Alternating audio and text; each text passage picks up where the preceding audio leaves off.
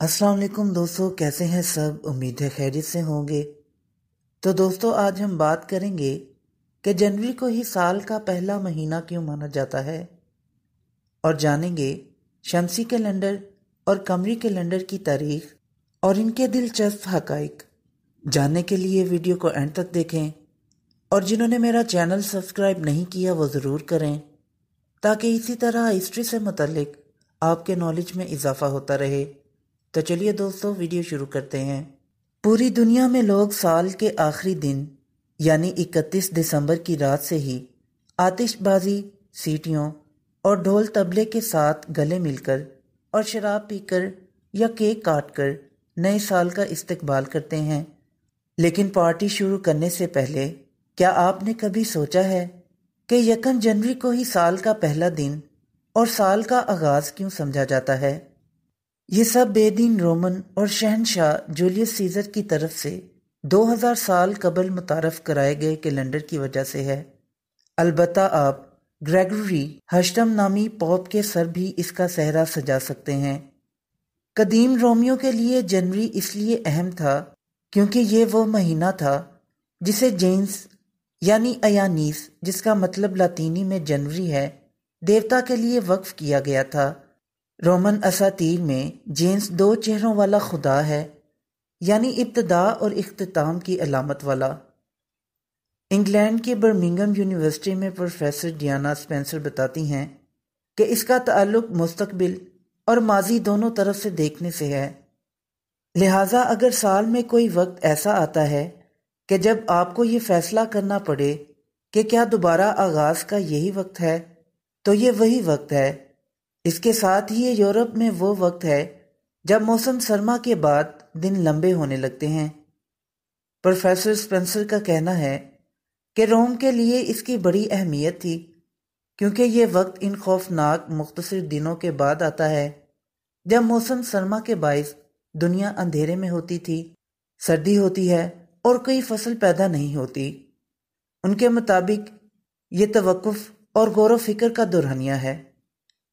جیسے جیسے رومیوں نے زیادہ طاقت حاصل کرنی شروع کی، انہوں نے اپنے کیلنڈر کو اپنی وسیع سلطنت میں پھیلانا شروع کیا۔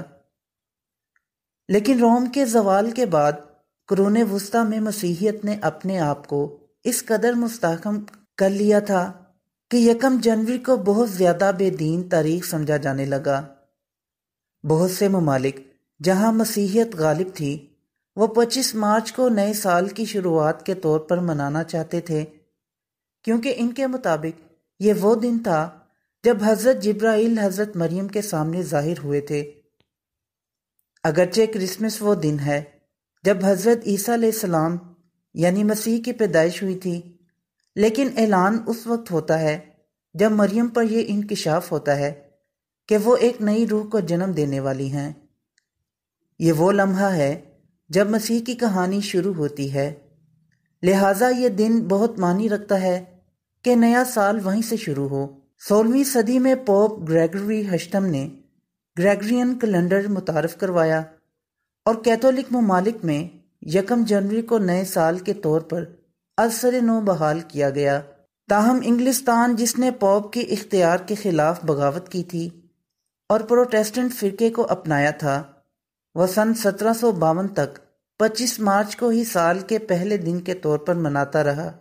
اس سال پارلیمنٹ کے ایک ایکٹ نے برطانیہ کو باقی یورپ کے ساتھ جوڑ دیا۔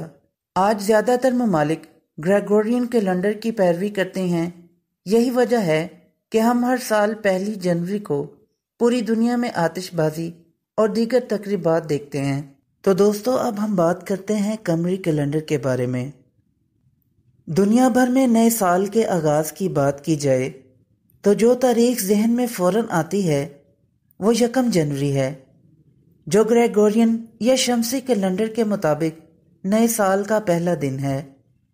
لیکن اسلامی کیلنڈر میں نئے سال کا آغاز 1 محرم سے ہوتا ہے، اور دنیا کے مختلف ممالک میں اس سال کا آغاز ایک دن کے فرق سے ہی ہوتا ہے۔ مثال کے طور پر رواں برس بھی متعدد عرب ممالک میں نئے ہجری سال کا آغاز گریگورین کیلنڈر کے مطابق پیر 9 اگست سے ہوا، جبکہ پاکستان اور سعودیہ عرب سمیت کئی ممالک میں یہ سال منگل 10 اگست سے شروع ہوا ہے۔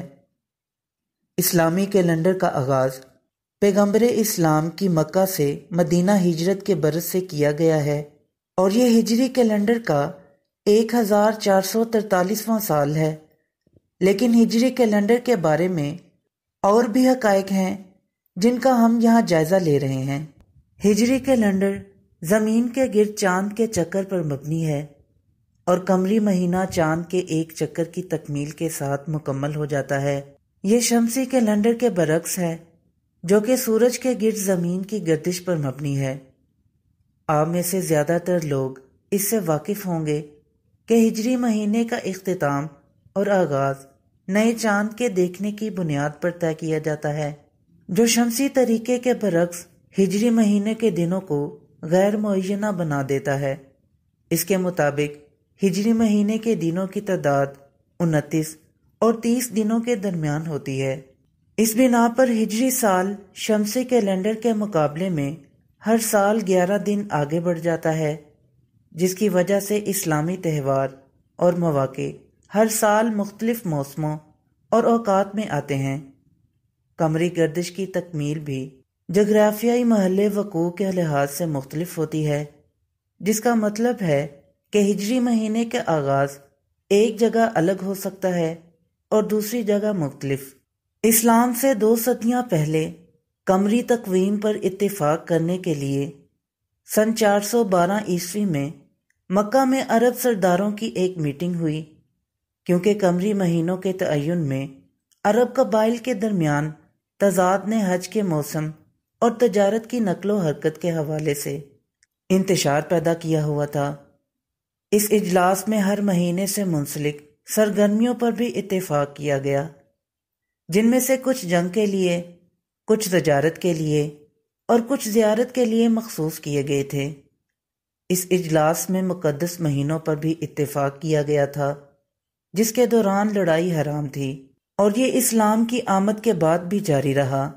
یہ مقدس مہینے ذوالقعدہ، ذی الحجہ، محرم اور رجب ہیں۔